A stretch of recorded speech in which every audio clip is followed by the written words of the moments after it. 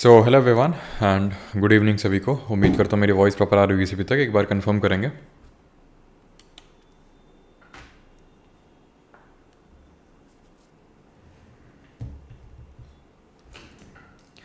तो आज हम लोग का रहने वाला है lecture number 8 of GK P Y Q series for the NTPC exam.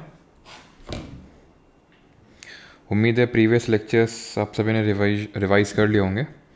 ठीक है, बिना रिवीजन के बात नहीं बनने वाली है, चाहे आप जितना भी पढ़ लें। ठीक है, अभी आपको पता है सीजीएल के आंसर की आई, काफ़ी लोग 40 प्लस लेके आए हैं, 30 प्लस लेके आए हैं, और कुछ लोग उतना नहीं लेके आ पाए हैं जबकि कंटेंट सेम ही था। तो उसका पीछे का जो कारण है वो एक लक फैक्टर तो होता ही है, no doubt, in the exam कि कौन से क्वेश्चन आ रहे हैं और आपने कुछ गेसेस मारे और वो सही हो गए।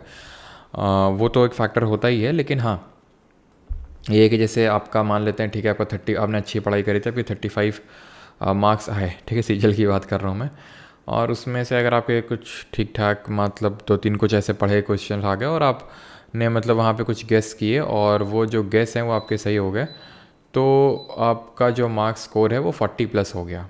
ठीक है, तो बात अलग है। लेकिन अगर आपका कम स्कोर आ रहा है 25 से कम, तो दैट मीन्स कि रिवीजन की कहीं ना कहीं कमी है। मैं ये नहीं बोल रहा हूँ कि आपने पढ़ाई नहीं करी है। तो रिवीजन बहुत इंपॉर्टेंट होता है, आपको एक दिन का इसीलिए गैप भी मिलता है।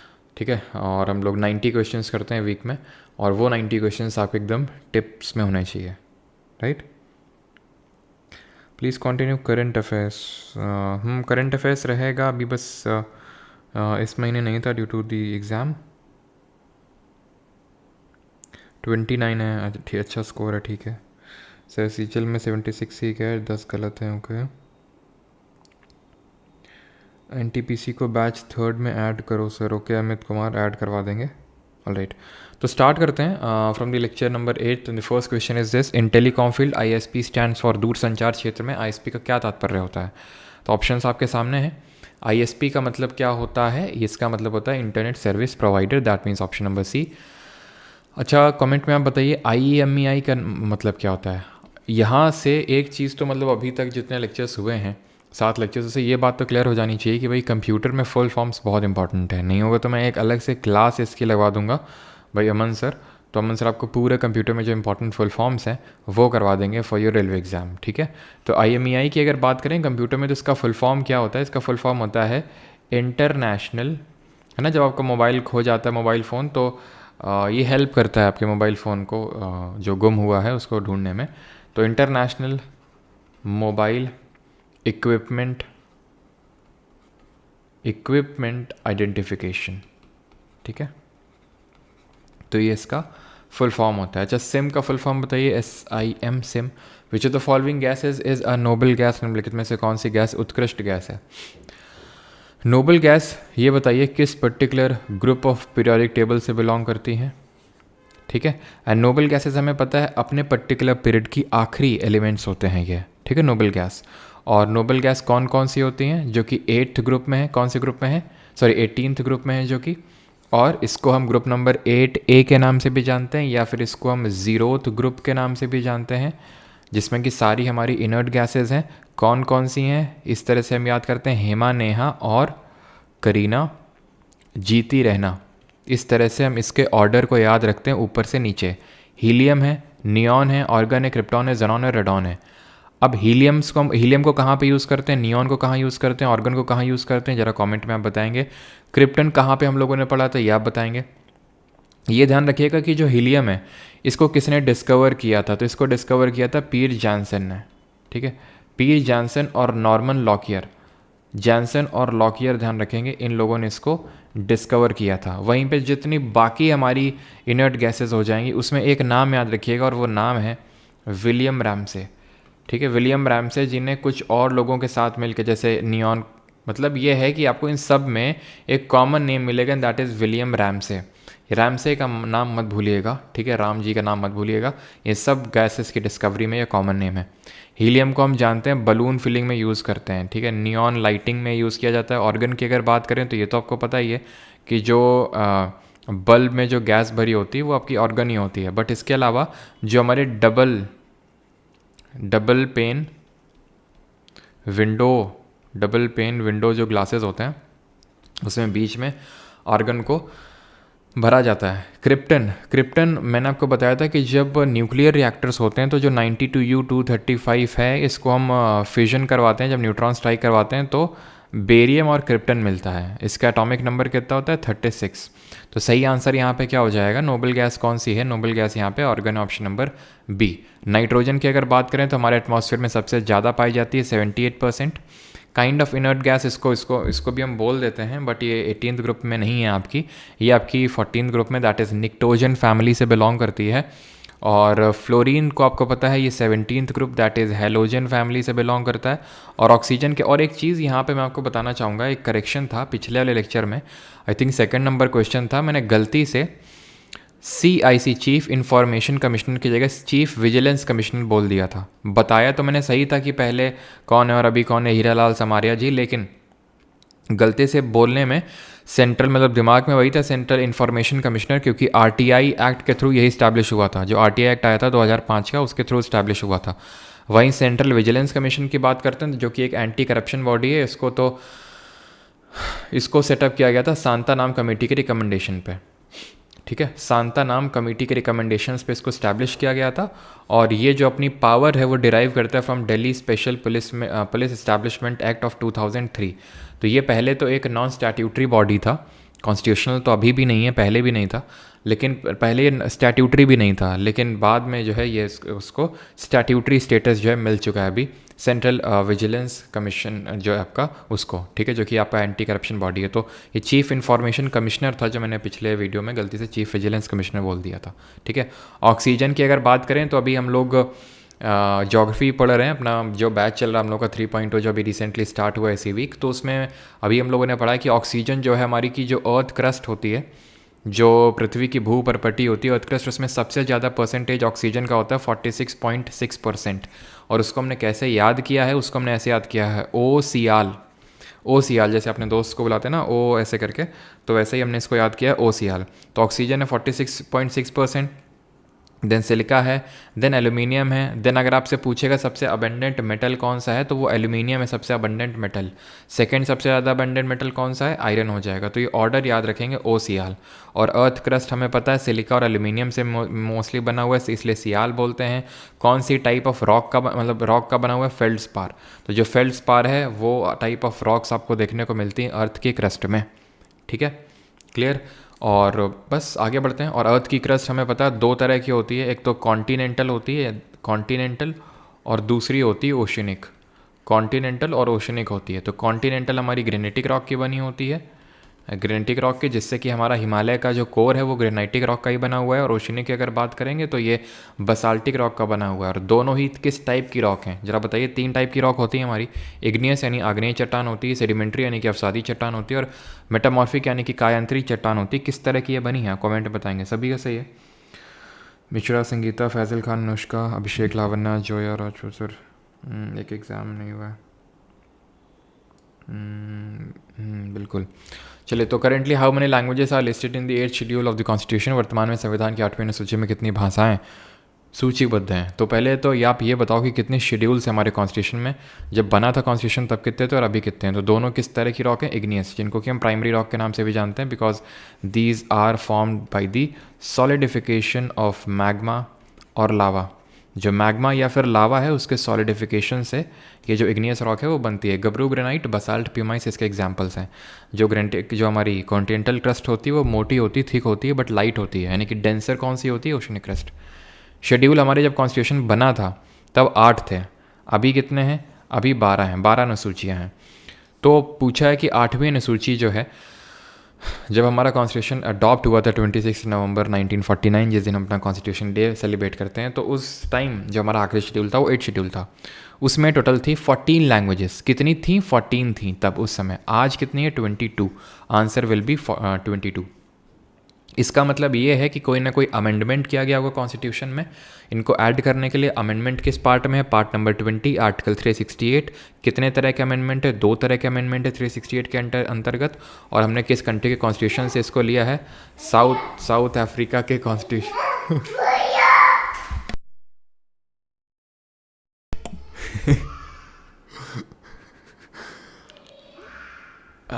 तो आपको कुछ आवाज़ें आई होंगी, एक्चुअल में वो मेरी नीस है और वो मुझे चाचा नहीं बुलाती है, वो मुझे भैया बुलाती है, ठीक है। तो भागते हुए वो मेरे कमरे में आ जाती है, ठीक है। तो उसको जो है वो कुछ मुझे दिखाने आई थी, है ना, वो कुछ तुरंत आती है, भैया देखो, भैया ये देखो, ठीक है। तो तो उसको जो है जबरन पकड़ के जल्दी से उठा के ले जाया गया है, तो इसलिए वो जो है चिल्ला रही थी। वो बड़े प्यार से आई थी, कुछ दिखाएंगे, लेकिन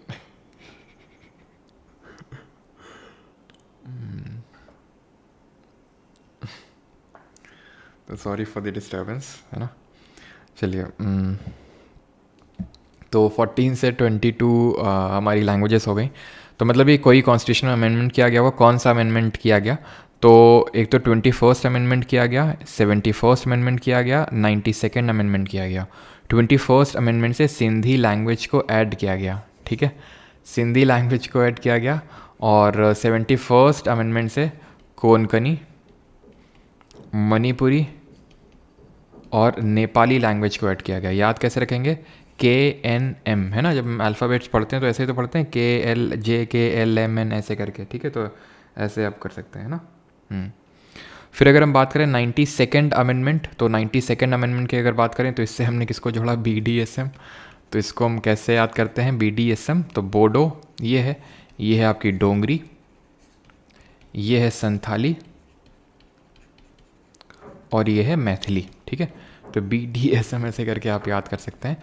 तो ये चीज़ें हैं। और 96th अमेंडमेंट से हमने कोई लैंग्वेज ऐड नहीं की थी, मैं बता दूं आपको। उससे सिर्फ हमने ये किया था कि ओडिया का जो नेम है उसको चेंज किया था बस, ठीक है।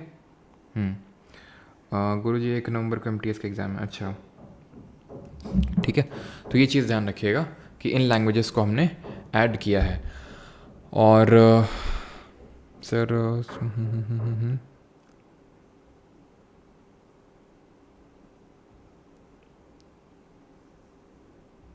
ठीक है, तो हाँ बिल्कुल। और ये 8th अमेंडमेंट, इसके बाद 9th जो हमारा शेड्यूल है, जो 10th शेड्यूल है, जो 11th शेड्यूल है और जो 12th शेड्यूल है, अगर इनकी हम बात करें तो इनको हमने किस अमेंडमेंट से ऐड किया है?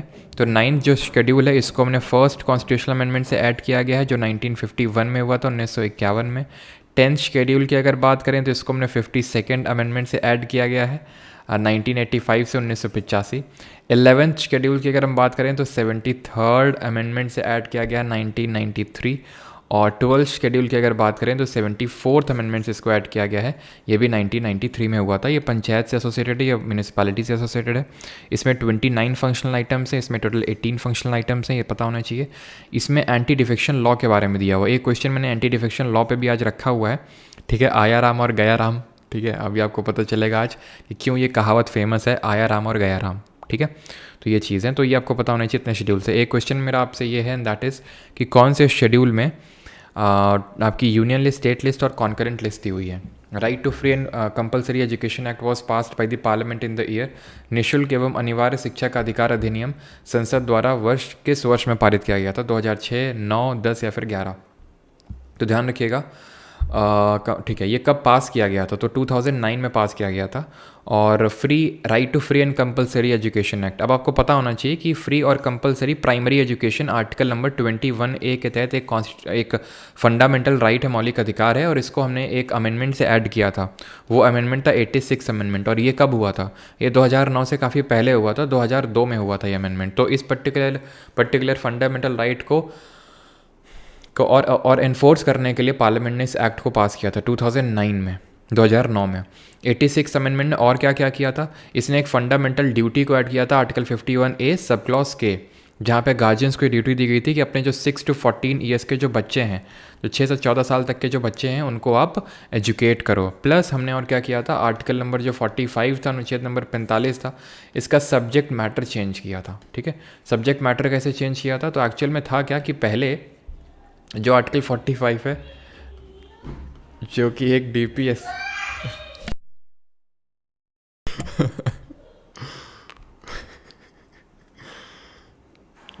ठीक है, तो एक DPSP है आर्टिकल 45 के अंतर्गत। तो इसमें पहले ये था कि इसी में पहले था कि 6 से 14 साल तक के बच्चों को एजुकेशन प्रोवाइड की जानी चाहिए आर्टिकल 45 में, बट क्योंकि ये डीपीएसपी है और ये एनफोर्सिएबल तो है नहीं, हमें पता है, ठीक है, ये क्या है, ये नॉन एनफोर्सिएबल है, नॉन जस्टिसिएबल है, यानी कि ये स्टेट को डायरेक्शंस मिले हुए हैं डीपीएसपी, लेकिन मैंडेटरी नहीं है। कि अगर मान लेते हैं जैसे कि डीपीएसपी में एक डीपीएसपी है राइट टू वर्क, तो राइट टू वर्क, अब मान लो कि कोई अनएम्प्लॉयड है, मैं अनएम्प्लॉयड हूँ, तो मैं कोर्ट नहीं जा सकता हूँ कि इसमें तो लिखा हुआ है राइट टू वर्क, काम करने का अधिकार, ये तो मुझे सरकार ने दिया ही नहीं है, तो सरकार बोलेगी वो डीपीएसपी है। आप आर्टिकल नंबर 37 नहीं पढ़ें जिसमें कि ये लिखा है कि ये नॉन एनफोर्सिएबल है, यानी कि आप कोर्ट में नहीं जा सकते हैं इसको लेकर, तो इसीलिए इसको फिर यहाँ से शिफ्ट किया गया 21A में। और इसमें क्या ऐड किया गया, अर्ली चाइल्डहुड केयर, इसमें ऐड किया गया early childhood care 0 to 6 years के जो बच्चे हैं उनके लिए। तो ऑप्शन नंबर 2 यहाँ पे सही आंसर होगा, ठीक है। द सदर्न, और ये ठीक है, the southern most tip of India. चलो डीपीएसपी की बात आई है तो ज़रा आपको कमेंट में ये बताना है कि they resemble from the instrument of instructions as contain in the government of India 1935, ये आपको पता है आयरलैंड से लिया है, पार्ट 4 ऑफ कॉन्स्टिट्यूशन में है, आर्टिकल 36 से 51 तक में 3 भागों में 3 पार्ट्स में क्लासीफाई किया है, गांधीयन, लिबरल इंटेलेक्चुअल और सोशलिस्ट डीपीएसपी, ठीक है। कमेंट में आपको बताना है कि जो यूनिफॉर्म सिविल कोड है ये किस पर्टिकुलर आर्टिकल में है, और इंटरनेशनल पीस, ठीक है, इंटरनेशनल जो पीस है ये किस आर्टिकल में है, ये आपको कमेंट में बताना है। Plus participation of workers in the management of industries, participation of workers in the management, पूरा नहीं लिख रहा हूँ, ठीक है, शॉर्ट में workers in the management of industries, और पंचायत, यानी पंचायत का जो फॉर्मेशन है ये किस आर्टिकल में। The southern most tip of Indian territory इस, भारतीय भूभाग का सबसे दक्षिणी सिरा कौन सा है, इंदिरा पॉइंट, कन्याकुमारी, कोरांडी या फिर केप कमोरिन। तो अगर हम इंडिया के एक्सटेंट की बात करें तो यहाँ पे हमें कई चीज़ें पता होनी चाहिए, दैट आर कि पहला तो लैटिट्यूडनल एक्सटेंट कितना है, लॉन्गिट्यूडनल एक्सटेंट कितना है, बाई किलोमीटर्स अगर हम देखें तो वो कितना है, तो चलिए देख लेते हैं।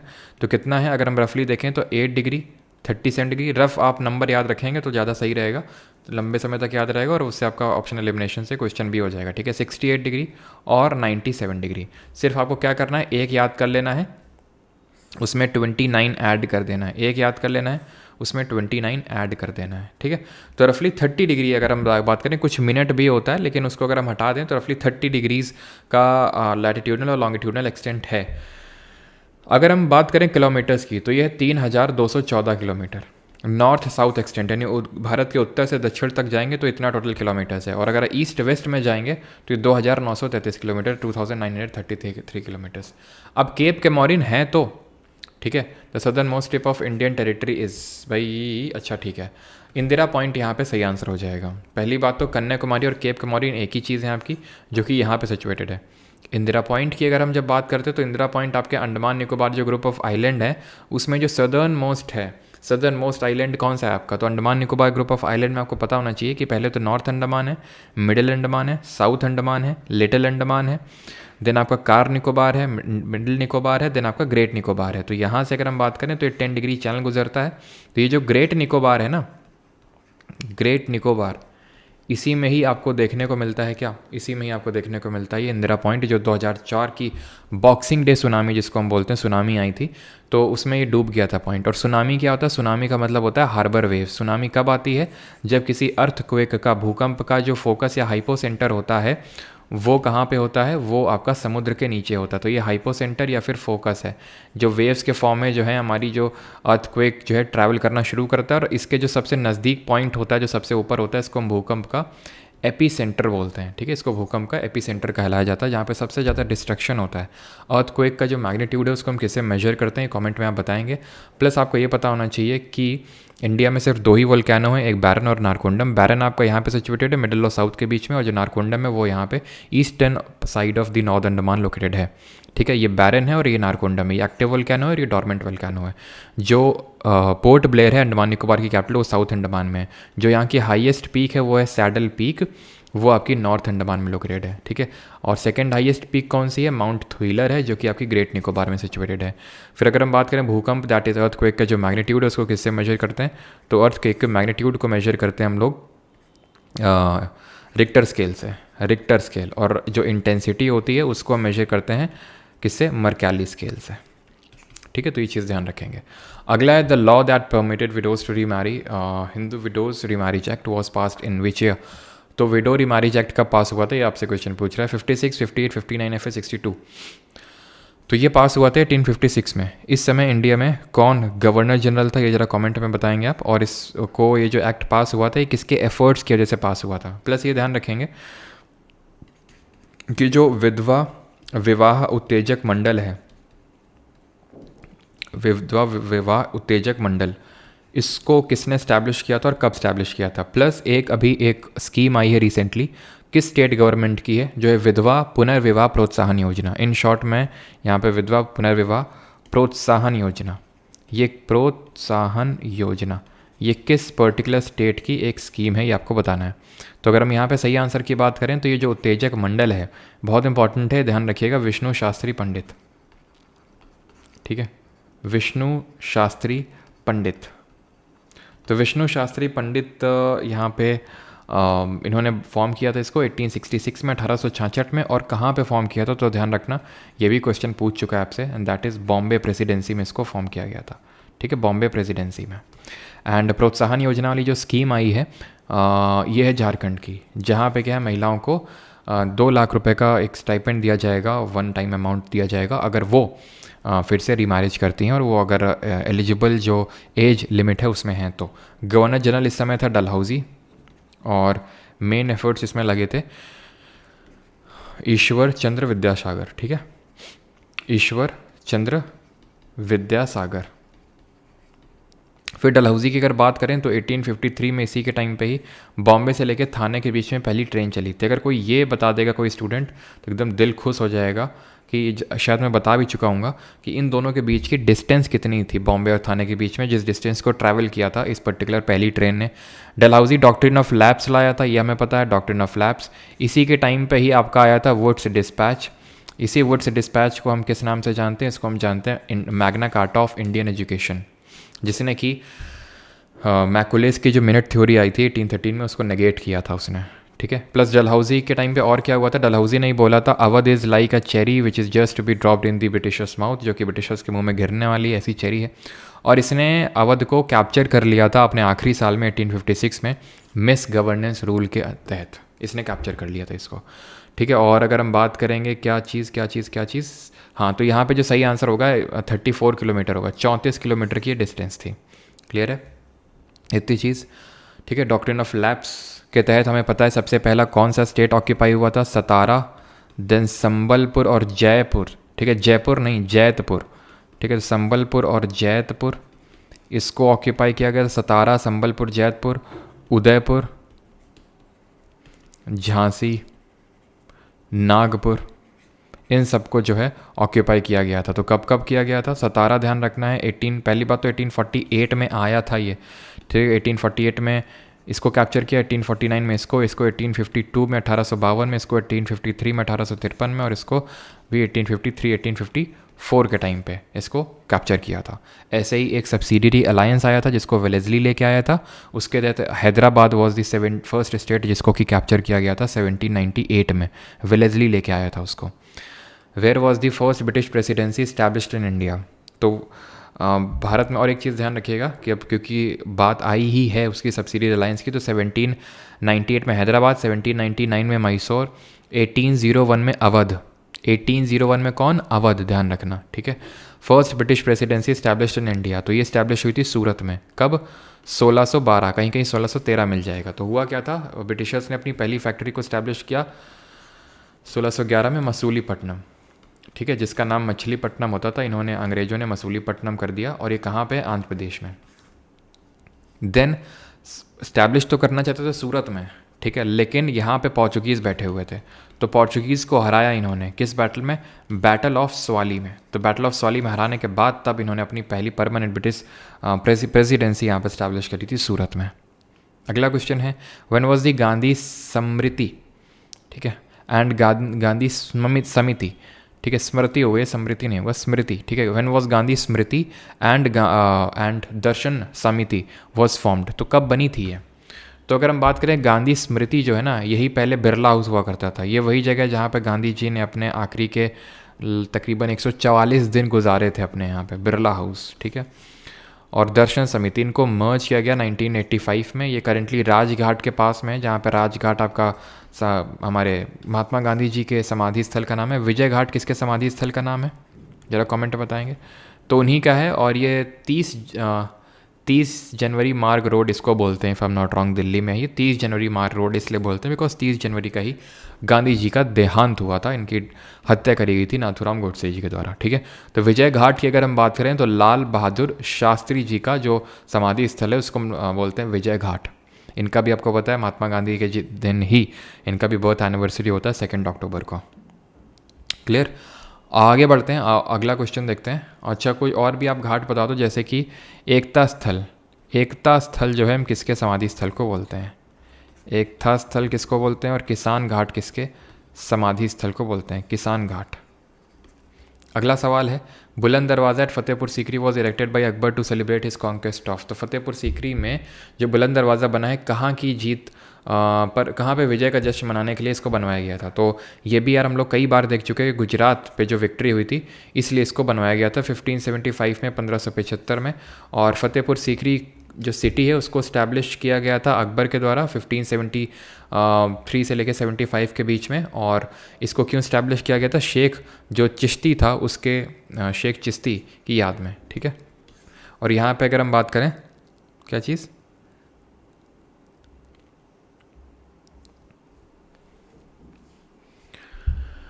सर आपकी नोट्स कब आ रहा है प्लीज़ बताइए। पेड बैच तो भाई कितनी बार बताना पड़ेगा है?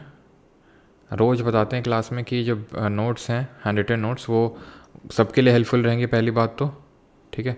और सबके लिए हेल्पफुल रहेंगे और वो कुछ ही दिन में, बस 5 से 6 पहले ही देख चुके हैं। मनसबदारी सिस्टम लाया गया था 1571 में अकबर के द्वारा, ठीक है। ये सारी चीज़ें हम पढ़ चुके हैं। 10th, who founded the Mohammedan Anglo oriental college in 1875 which letter became Aligarh Muslim university. तो 1875 में ये बनाया था सर सैयद अहमद खान ने, जो बाद में अलीगढ़ मुस्लिम यूनिवर्सिटी बन गया था कब? 1920 में। और रिसेंटली अभी इसकी पहली विमेन वाइस चांसलर कौन बनी है? विमेन वीसी, तो ये बनी है कौन? नाइमा खातून, ध्यान रखिएगा, ठीक है नाम। 1875 में ही आर्य समाज बना था, आर्य समाज का गठन हुआ था, ये चीज़ आपको ध्यान रखना है। और भाई स्वामी दयानंद सरस्वती। और ये चीज़ ध्यान रखना है कि अगर आपसे पूछेगा अलीगढ़ मूवमेंट किसने चलाया था, तो वो भी इन्होंने ही चलाया था, ठीक है, सर सैयद अहमद खान ने। आगे बढ़ते हैं। और दादा भाई नौरोजी की जी के रिगार्डिंग हमने क्या क्या पढ़ रखा है कि 1866 में ईस्ट इंडिया एसोसिएशन बनाया था। कांग्रेस को 3 बार इन्होंने प्रिसाइड किया था, कांग्रेस के 3 सेशंस को प्रिसाइड किया था। Poverty and un British rule in India नाम की किताब रखी थी। पहले थे भारतीय थे जिन्होंने नेशनल इनकम यानी कि राष्ट्रीय आय का कॉन्सेप्ट रखा था इन्होंने। सबसे पहली पॉवर्टी लाइन का कॉन्सेप्ट इन्होंने ही रखा था। पहले इंडियन थे जो ब्रिटेन की संसद में सांसद बने थे, ये दादा भाई नौरोजी। और इन्होंने एक अपनी पारसी कम्युनिटी के लिए रस्त गुफ्तार करके पत्रिका निकाली थी। ये चीज़ हमें पता होनी चाहिए। नौरोजी जिनको कि हम grand old man of India के नाम से जानते हैं। और जिन्ना के तो कहने किया इस पागल के, ठीक है। तो जिन्ना की अगर हम बात करें तो इसको कायदे आज़म का टाइटल मिला हुआ था। और जिन्ना और गांधी के पॉलिटिकल गुरु एक ही थे, और वो कौन थे? गोपाल कृष्ण गोखले, ठीक है। आगे बढ़ते हैं। Inventor of Bluetooth is, Bluetooth का आविष्कारक कौन है? Charles Simonyi, Bill Gates, Jaap Haartsen या फिर पॉल एलन?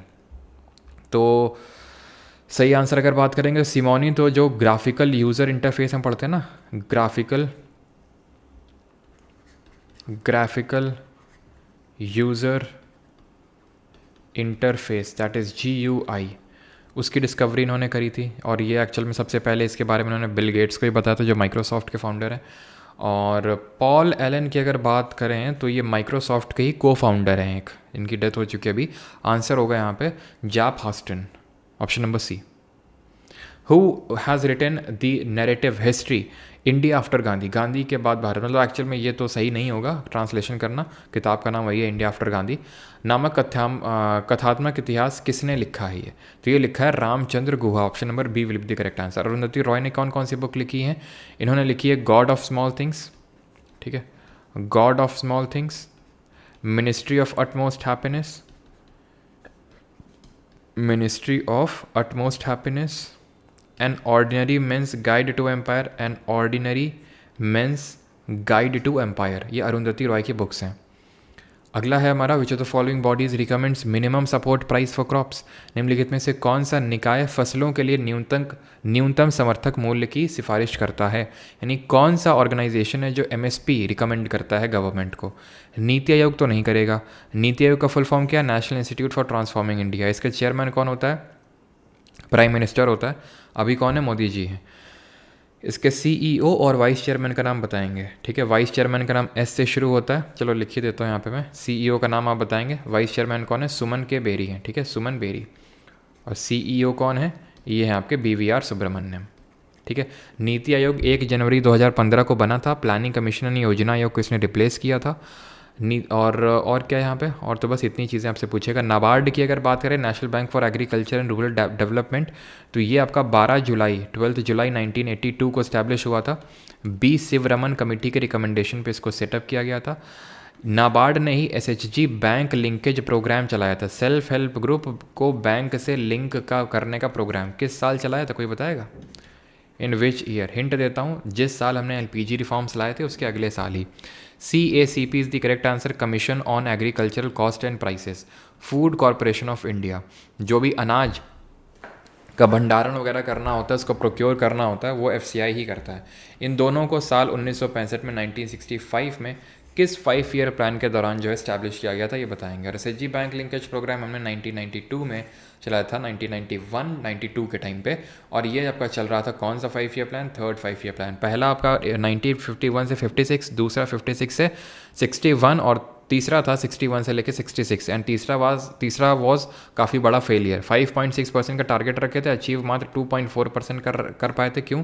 चाइना के साथ वॉर, पाकिस्तान के साथ वॉर, और फेमाइन आ गया था, अकाल आ गया था, इसकी वजह से। कौन सा एसिड होता है चींटी के डंक में, यानी कि which of the following acid is present in the sting of an ant? Methanoic, oxalic, lactic या फिर सिट्रिक एसिड? कौन सा एसिड होता है?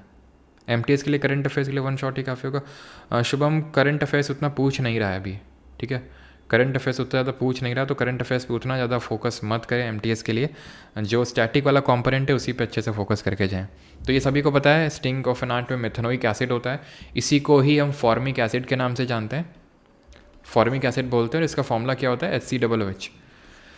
ऑक्जेलिक एसिड किस में होता है? टोमेटो में, और स्पिनच जो आपका पालक होती है उसमें, ठीक है। ओ करके याद कर सकते हैं, ओ से स्टार्ट हो रहा है। लैक्टिक एसिड आपको पता है कि किस में होता है, ये कर्ड में होता है। कमेंट में बताएंगे जो हमारा एक रैंसिड बटर होता है, यानी कि जो बटर हमारा मक्खन ख़राब हो गया है, उसमें कौन सा एसिड होता है?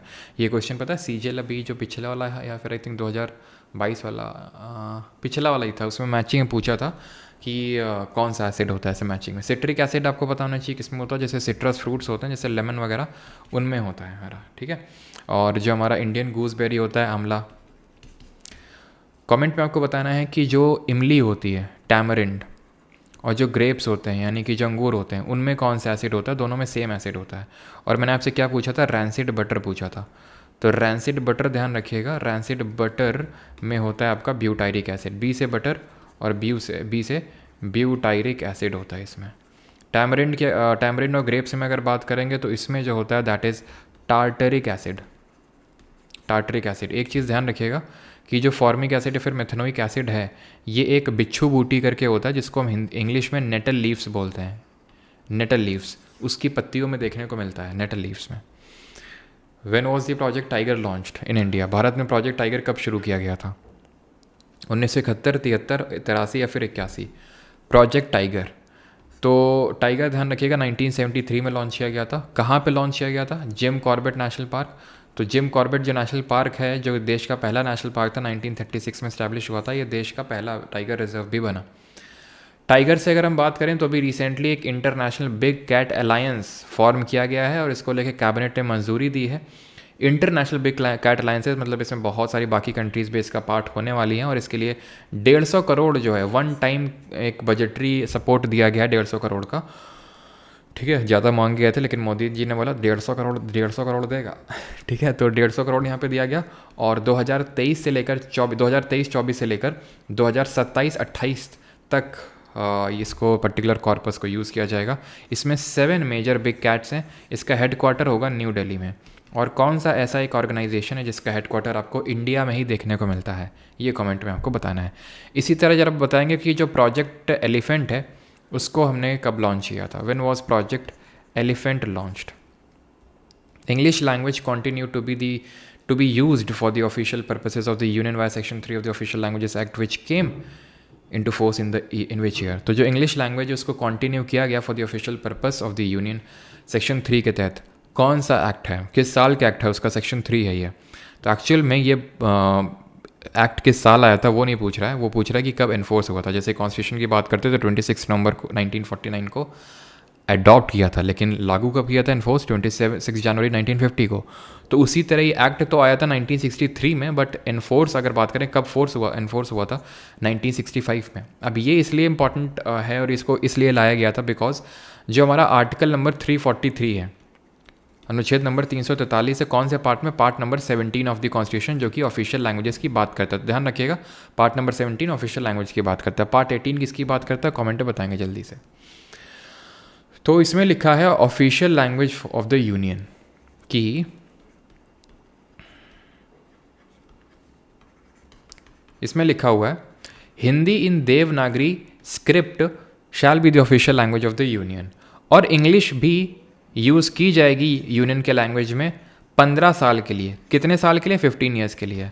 अगर आपको इसको कंटिन्यू मतलब इसको वो कर देना था, हटा देना था 15 साल के बाद, लेकिन इस एक्ट को लाया गया 1963 में, जो लागू हुआ इस साल 65 में, जिस साल हमारा CACP और FCI बना, और इसको और एक्सटेंड किया गया और अभी तक ये एक्सटेंड हो रखा है ये इंग्लिश लैंग्वेज का यूज़।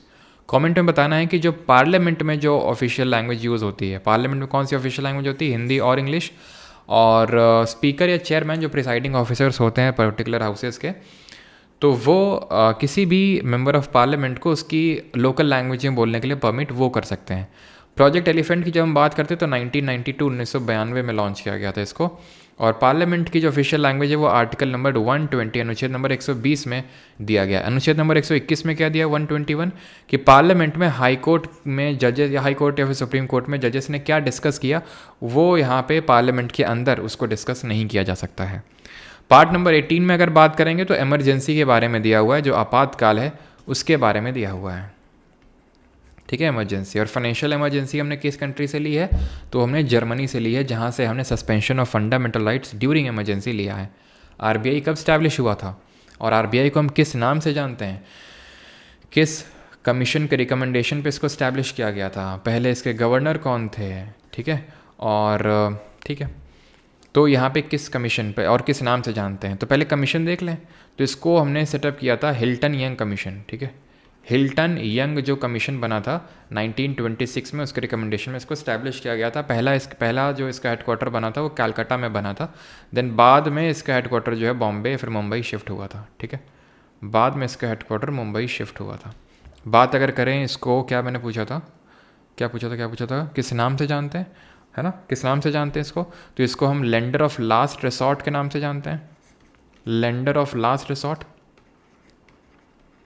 और बैंक ऑफ बैंक्स। ठीक है, बैंक ऑफ बैंक्स के नाम से जानते हैं, क्योंकि ये बैंकों को लोन देने का काम करता है, इसलिए इसको हम बोलते हैं लेंडर ऑफ लास्ट रिसॉर्ट। और बैंक, हम लोग लोन नहीं लेते हैं वहाँ से, RBI से कौन लोन लेता है, बैंक लोन लेते हैं। बैंकर ऑफ बैंक्स क्यों बोलते हैं, क्योंकि ये बैंक्स को रेगुलेट करता है। इसकी RBI की अगर बात करें तो ये खुद नेशनलाइज किस साल हुआ था, तो ये 1949 में नेशनलाइज हुआ था, राष्ट्रीयकरण हुआ था। इसका राष्ट्रीयकरण का नेशनलाइजेशन का मतलब होता है गवर्नमेंट के अंडर में आना। RBI एक्ट है 1934 का 1934 का, जिसके तहत ये बैंक्स को क्या करता है, रेगुलेट करने का काम करता है। ना सिर्फ बैंक्स को, बल्कि जो NBFCs हैं, नॉन बैंकिंग फाइनेंशियल कंपनीज हैं, उन सबको भी रेगुलेट करने का काम देश का जो हमारा सेंट्रल बैंक है, दैट इज़ RBI, वो करता है। इसके पहले गवर्नर की अगर बात करें तो इसके पहले गवर्नर थे ऑसबॉर्न स्मिथ, लेकिन पहले इंडियन गवर्नर अगर बात करेंगे आफ्टर इंडिपेंडेंस, तो ही वॉज CD देशमुख। ठीक है, ये CD देशमुख थे। अभी कौन है आपको पता है, जल्दी से बताइए कमेंट में। तो आंसर क्या हो जाएगा, अप्रैल 1935, 1 अप्रैल 1935 को इसको स्टैब्लिश किया गया था। RBI की अगर बात करें तो इसकी एक मॉनेटरी पॉलिसी कमेटी है, मॉनेटरी पॉलिसी कमेटी, जिसमें 6 मेंबर होते हैं, 6 मेंबर होते हैं इंक्लूडिंग RBI का गवर्नर, जो अभी कौन है, शक्तिकांत दास हैं। तो ये जो है मॉनेटरी पॉलिसी टूल्स का यूज़ करके देश में इन्फ्लेशन को रेगुलेट कंट्रोल करने का काम करता है, जिसको लेकर आई थिंक हम लोग पढ़ चुके हैं इकोनॉमिक्स में। नहीं पढ़ा तो हम आगे देखेंगे जब इस तरह का कोई क्वेश्चन आएगा तो। क्लियर है? आगे बढ़ें। 18th, where is the Sambhar lake situated? तो सांबर जो झील है वो कहाँ पे स्थित है, ये आपसे पूछा है। उत्तर प्रदेश में है, राजस्थान में है, गुजरात में है, फिर मध्य प्रदेश में है। MTS के लिए कौन सा प्लेलिस्ट फॉलो करें? हरिहर दास आप टाइम पे डिपेंड करता है ना, तो वन शॉट आप कर लो। अभी आपका कम है ना, कम टाइम है, तो आप जो क्या बोलते हैं वन शॉट वाला है वो फॉलो कर लो। सांबर लेक कहाँ पे? तो सांबर लेक आपका है राजस्थान में। और राजस्थान में किस जगह है ये ज़रा बताएंगे कमेंट में। और सांबर लेक हमारा लार्जेस्ट इनलैंड यानी देशीय largest inland salt water lake है ये, ठीक है। Salt water lake, largest inland. वैसे अगर हम बात करें लार्जेस्ट सॉल्ट वाटर लेक तो ये चिलिका झील है, इट इज़ चिलिका लेक, सबसे बड़े की अगर बात करेंगे। लेकिन ये इनलैंड थोड़ी नहीं है, तो कोस्ट में यहाँ पे देखेंगे तो ये तो एक लगून लेक है। लगून लेक जैसे कि हमारा पुलिकट झील है ये कि आंध्रा और तमिलनाडु के बीच में। यहाँ कोलेरू झील है, ये आपकी चिलिका है उड़ीसा में। कोलेरू है कहाँ? कोलेरू है आंध्र प्रदेश में, ये आंध्र प्रदेश में। ये पुलिकट है, पुलिकट किसके बीच में? पुलिकट है आंध्र प्रदेश और तमिलनाडु के बीच में। ये केरल है, केरल में आपको देखने को मिलेगा वेम्बानद जो कि देश का सबसे लंबा लेक है। आपको देखने को मिलेगा अष्टमुड़ी। अष्टमुड़ी यहाँ पे क्या होता है? यहाँ पे इन लेक्स में होता है, या वेम्बानद में ही एक नदी है पंबा, ये गिरती है यहीं पे, अपना वाटर को ड्रेन करती है। यहीं पे आपको नेहरू जो बोट ट्रॉफी है वो यहाँ पे ऑर्गेनाइज की जाती है। देश का सबसे बड़ा लार्जेस्ट और सेकेंड लार्जेस्ट आर्टिफिशियल लेक आप बताएंगे कमेंट में जल्दी से, ठीक है। लार्जेस्ट और मध्य प्रदेश में तो काफ़ी सारे हैं, जैसे कि मध्य प्रदेश का जो भोपाल है उसको तो सिटी ऑफ लेक्स बोलते हैं। वैसे सिटी ऑफ लेक्स हम उदयपुर को बोलते हैं, लेकिन जब उदयपुर ऑप्शन में ना हो और भोपाल हो तो भोपाल होगा, ठीक है। जैसे भोजताल लेक है जिसको राजा भोज ने बनवाया था ऑफ परमार डायनेस्टी, ठीक है। तो ये काफ़ी बड़ा लेक है जिसके नाम पे भोपाल का नाम पड़ा। मैंने आपसे पूछा था लार्जेस्ट आर्टिफिशियल लेक, ठीक है। तो आर्टिफिशियल या फिर मैन मेड लेक की अगर बात करेंगे तो सबसे लार्जेस्ट फर्स्ट नंबर पे आता है आपका कौन सा? गोविंद बल्लभ पंत सागर लेक, जो कि हमारे यूपी के उत्तर प्रदेश के पहले सीएम थे, उनके नाम पे गोविंद बल्लभ पंत सागर लेक, ठीक है। जो कि रिहांद जो डैम है ना, सोन की ट्रिब्यूटरी है रिहांद, जो सोन खुद गंगा की ट्रिब्यूटरी है, उसकी ट्रिब्यूटरी है रिहांद, उस पर रिहांद डैम बना रखा है। उसकी वजह से जो लेक क्रिएट होता है उसको गोविंद बल्लभ पंत सागर लेक बोलते हैं। जो दूसरा है वो है आपका देबार, जिसको कि राजसमंद लेक के नाम से भी जानते हैं। इस चीज़ को ध्यान रखिएगा, ये राजस्थान में पड़ता है आपका। देबार बोलिए फिर राजसमंद बोलिए, दोनों एक ही बात है, ठीक है। यहाँ पे अगर बात करें, यहाँ पे मैंने कुछ पूछा था क्वेश्चन आपसे, क्या क्वेश्चन पूछा था? ये कहाँ पे है, ठीक है। तो ये जयपुर में, राजस्थान के, ठीक है, जयपुर में। आगे बढ़ते हैं और ठीक है, कमेंट में चाहिए बताइए। राजस्थान में आपको देखने को मिलते हैं माउंट आबू हिल्स, ठीक है, माउंट आबू की पहाड़ियाँ। यहाँ पे ये किस पर्टिकुलर माउंट आबू जो हिल्स हैं, ये यहाँ पे कौन से टेम्पल्स आपको देखने को मिलते हैं और ये कौन सी माउंटेन रेंज में माउंट आबू हिल सिचुएटेड है? The movement for a separate Andhra was called, पृथक आंध्र के लिए कौन सा आंदोलन चलाया गया था आंध्र प्रदेश को सेपरेट एक स्टेट बनाने के लिए? देखिए, पहली बात तो सरन मैम आपको ये पता होना चाहिए कि Andhra Pradesh was the first linguistic state of India, यानी कि भाषा के आधार पर बनने वाला देश का ये पहला राज्य था। फर्स्ट लिंग्विस्टिक स्टेट था ये, ठीक है, भाषा के आधार पे बनने वाला पहला राज्य। कब बना था ये बना था 1953 में, 1953 में बना था भाषा के आधार पे ये। लेकिन इसका जब हम फॉर्मेशन पढ़ते हैं तो फॉर्मेशन हम पढ़ते हैं 1 नवंबर 1956 में, 1956 को, क्योंकि विशाल आंध्र मूवमेंट चलाया गया था कि जो भी तेलुगु स्पीकिंग रीजन्स हैं उनको मर्ज किया जाए प्रेजेंट डे आंध्र प्रदेश से। तेलुगु स्पीकिंग रीजन किसको मर्ज किया गया? जो आप हैदराबाद वाला जो जगह देखते हो, तेलंगाना जो आज बना है, तो वही उसको मर्ज किया गया था। और आपको पता है कि तेलंगाना फिर बना कब? 1 जून 2014 को। तो ये विशाल आंध्र मूवमेंट जो 1956 में एक तरह से स्टार्ट होता है वो 2014 में फिनिश हो जाता है, क्योंकि फिर से जिसको मर्ज किया गया था आंध्रा से, मतलब फिर से अभी आंध्रा वही हो चुका है जो 1956 से पहले था, उतना ही बचा है। तो 1953 में पहला भाषा के आधार पर बना था। क्यों बना था? बिकॉज हमें पता है बहुत डिमांड उठी थी और एक हमारे थे पॉट्टू श्री रामलू जी, तो इनकी डेथ हो गई थी। ये अनशन पे बैठ गए थे कि नहीं हमें तो सेपरेट स्टेट चाहिए, सेपरेट स्टेट चाहिए, तो अनशन में बैठ गए, तो इसकी वजह से इनकी डेथ हो गई थी। तो फिर क्रिएट करना पड़ा, और जब क्रिएट करना पड़ा हुआ क्या था इससे पहले हमारा एक धार कमीशन बना था और एक JVP कमीशन बना था, जवाहरलाल नेहरू, वल्लभ भाई पटेल और पट्टाभी सीतारमैया जी की चेयरमैनशिप में 1948 में। इन दोनों ने ये बोला था कि लिंग्विस्टिक बेसिस पे स्टेट नहीं फॉर्म होने चाहिए, state should not be formed on the linguistic basis, भाषा के आधार पे नहीं बनने चाहिए। तो फिर आपको पता है कि अभी मैंने आपको बताया कि किस तरह से ये सब प्रोटेस्ट वगैरह हुआ और आंध्र को क्रिएट करना पड़ा, तो बाकी स्टेट ने भी डिमांड उठाई। तो इसलिए एक स्टेट्स रीऑर्गेनाइजेशन कमीशन बिठाया गया 1953 में। क्या बिठाया गया 1953 में, ध्यान रखिएगा, इस पर भी सवाल आ चुका है आपके। States reorganisation commission, reorganisation commission 1953 में। ये जो कमीशन है इसको हम जानते हैं फैज़ल अली कमीशन के नाम से भी, ठीक है। फजल अली कमीशन क्यों बोलते हैं, बिकॉज ये 3 मेंबर्ड कमीशन था, इसके चेयरमैन फजल अली थे और बाकी 2 लोग कौन थे, हृदय नाथ कुंजरू जी थे, HN कुंजरू, और कौन थे, और थे हमारे, क्या नाम था यार उनका, एक सेकेंड, फजल अली, हृदयनाथ कुंजरू और KM पन्नीकर, ठीक है। एक सेकेंड, एकदम से दिमाग से जा रहा है। स्टेट्स रीऑर्गेनाइजेशन का, हाँ KM पन्नीकर ही तो थे, HN कुंजरू थे, हाँ ठीक है, हाँ KM पन्नीकर ही थे, KM पन्नीकर, ठीक है। तो ये ध्यान रखिएगा, KM पन्नीकर। और 1953 में बना, जब बना तो इसने क्या बोला, इसने बोला कि लिंग्विस्टिक बेसिस पे, इसने पहले बात तो ये बोली कि जो लिंग्विस्टिक बेसिस पे स्टेट बनने चाहिए, इसने बोला, लेकिन इसने बोला 1 स्टेट 1 लैंग्वेज और 1 स्टेट की जो फिलॉसफी है, ये 1 लैंग्वेज 1 स्टेट, ये नहीं चलनी चाहिए, नहीं तो पूरा देश ही बट जाएगा, क्योंकि इतनी भाषाएं बोली जाती हैं भारत में। ऐसा होने लगा तो फिर गया, ठीक है, टुकड़ों में बट जाएगा भारत। तो इसी पर्टिकुलर कमीशन के रिकमेंडेशंस को इम्प्लीमेंट करने के लिए 1956 में स्टेट्स रीऑर्गेनाइजेशन एक्ट को पास किया जाता है और इसको एनफोर्स करने के लिए 7th कॉन्स्टिट्यूशनल अमेंडमेंट किया जाता है, जिसके थ्रू हमने 7th part of the constitution को, संविधान के 7वें भाग को भी हटाया था, रिमूव किया था, ठीक है। तो option number A Vishal Andhra movement हो जाएगा। 20th, what was considered as a symbol of human society that would not glorify machines and technology during the Indian national movement? भारतीय राष्ट्रीय आंदोलन के दौरान मानव समाज का ऐसा प्रतीक क्या माना गया जो मशीनों और प्रौद्योगिकी का महिमा मंडन नहीं करता था? पॉटर्स व्हील, हैंडलूम, चरखा या फिर स्पिनिंग जेनी?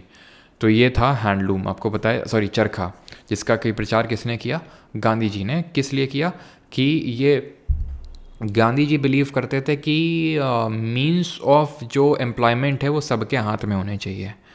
मशीन्स, इनसे क्या होता है कि इनइक्वालिटी बढ़ती है सोसाइटी में, जो ओनर्स है मशीन के उनके पास ज़्यादा पैसा जाता है, जो वर्कर्स हैं उनके पास ना के बराबर, कुछ लोगों को तो काम ही नहीं मिल पाता है। मशीन्स के आने की वजह से, चरखे से क्या है, सबको काम मिलेगा। तो इसी वजह से इनको हम गांधीयन DPSP के नाम से जानते हैं, ठीक है। 21st, among various electrical safety devices, one based on the heating effect of electric current is called as? तो इनमें से heating effect of electric current पे कौन सी डिवाइस बेस्ड है? पहली बात तो ये बताइए कि heating effect of electric current जो है इसको किसने डिस्कवर किया था? Heating effect of electric current, साथ ही साथ आप ये बताइएगा magnetic effect of electric current, इन दोनों को। Magnetic effect of electric current, इसको किसने डिस्कवर किया? तो हीटिंग इफेक्ट की अगर बात करेंगे तो इसको सबसे पहली बात तो जेम्स पी जूल ने इसको डिस्कवर किया था। फ्यूज़ इस पे बेस्ड है।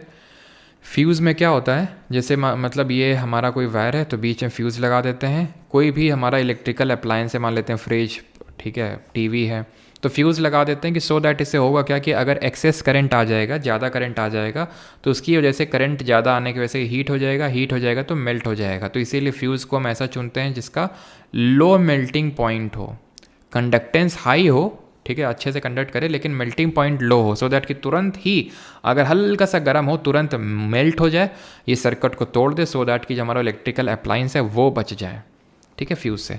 अब heating effect of electric current पे हमारे और भी चीज़ें बेस्ड हैं, जैसे कि आप अभी सर्दियाँ आने वाली हैं तो पानी गर्म करेंगे, है ना, वो जो रॉड होती है उससे, तो वो भी उसी पे बेस्ड है। हीटर होता है, हीटर की जो कॉयल होती है वो नाइक्रोम की बनी होती है, निकल और क्रोमियम की, तो वो भी इसी पर्टिकुलर कॉन्सेप्ट पे वर्क करती है। Magnetic effect of electric current की अगर बात करेंगे तो इसको डिस्कवर किया था 1820 में, ये भी क्वेश्चन पूछ लेता है 1820 में, हांस क्रिश्चियन ऑस्टेटर। और 1827 में भी मैंने आपको एक फिजिक्स की डिस्कवरी, एक लॉ की डिस्कवरी बताई थी, अगर आपको याद आ रहा हो तो, वो आपका रेजिस्टेंस से एसोसिएटेड है। तो हंस क्रिश्चियन ऑस्टेड ने इसकी डिस्कवरी करी थी जब ये अपने लैबोरेटरी में काम कर रहे थे। गैल्वेनोमीटर मतलब सॉरी, जो आपकी मैग्नेटिक कंपास रखा हुआ था पास में, तो जब वो इलेक्ट्रिक करंट को पास करवा रहे थे तो बार बार वो डिफ्लेक्ट कर रहा था, तो वहाँ से इन्होंने इसकी डिस्कवरी करी। 1827 में 1827 में क्या आया था, 1827 में ओम्स लॉ दिया गया था, ओम्स लॉ, ये चीज़ ध्यान रखनी है, ठीक है। कमेंट में अच्छा आप एक चीज़ बताएंगे जल्दी से कि ये अगर स्ट्रेट करंट कैरिंग कंडक्टर है, ठीक है, तो स्ट्रेट करंट कैरिंग कंडक्टर जो है इसमें अगर मुझे करंट निकाल, जैसे करंट का डायरेक्शन ऊपर है नीचे कहीं भी है, अगर उसमें मैग्नेटिक फील्ड का डायरेक्शन निकालना है तो मैं कैसे निकालूंगा, पहला। दूसरा क्वेश्चन ये है कि अगर इसके पास में कोई मैग्नेट लेके आऊँगा, ठीक है, तो ये मैग्नेट जो है रिपेल और अट्रैक्शन कुछ तो करेगा ही है। तो ये जो मैग्नेटिक आपस में ये अट्रैक्शन और रिपेल करेंगे, ये बात किसने कही थी? तो पहली बात तो राइट हैंड थंब रूल होगा ये, ठीक है। राइट हैंड थंब रूल से पता चलता है कि एक जो स्ट्रेट करंट कैरिंग कंडक्टर है उसमें मैग्नेटिक फील्ड का क्या डायरेक्शन होगा। और ये जो बात है एम्पियर, जीन्स एम्पियर ने बताई थी कि किस तरह से ये आपस को अट्रैक्ट या रिपेल करते हैं अगर हम किसी स्ट्रेट करंट कैरिंग कंडक्टर के पास में ये लाते हैं, किसको, मैग्नेट को। फ्लेमिंग जी का बायां हाथ और फ्लेमिंग जी का दायां हाथ, इसको भी रिकॉल कर लेते हैं। फ्लेमिंग जी का लेफ्ट हैंड और फ्लेमिंग जी का right hand. Right hand rule और लेफ्ट हैंड रूल नहीं है ये लेफ्ट हैंड थंब रूल, ये राइट हैंड थंब रूल। इस सॉरी क्या बोल रहा हूं मैं, sorry